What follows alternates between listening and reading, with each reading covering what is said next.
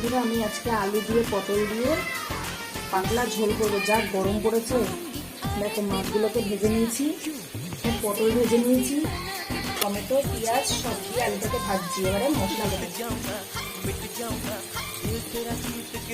এখানে টমেটো পেঁয়াজ আদা লঙ্কা বেটে নিয়েছি, দিয়ে দেবো।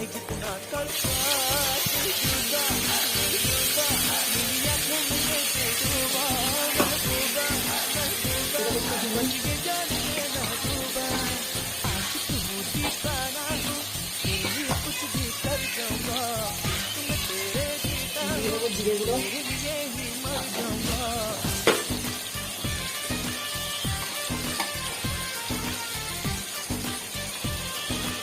বাচ্চা খাবে তো এর জন্য একটু লঙ্কার গুঁড়োটা কম দিলাম। একটু ধনে গুঁড়ো, চিনি দিয়ে দেবো, নুন হলুদ আগেই দিয়ে দিয়েছি।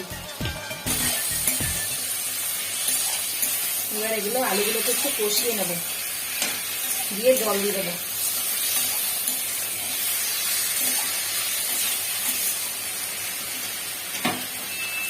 মিক্সি ধোয়ার বাটির জলটা দিয়ে দেবো।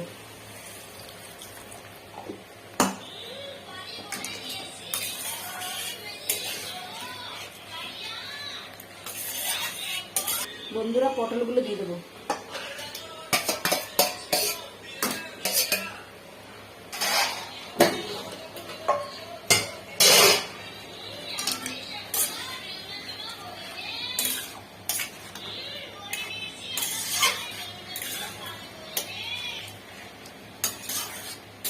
জল আর একটু দিয়ে দেবো।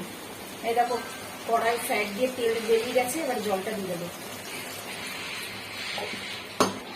বন্ধুরা মাছগুলো দিয়ে দেবো।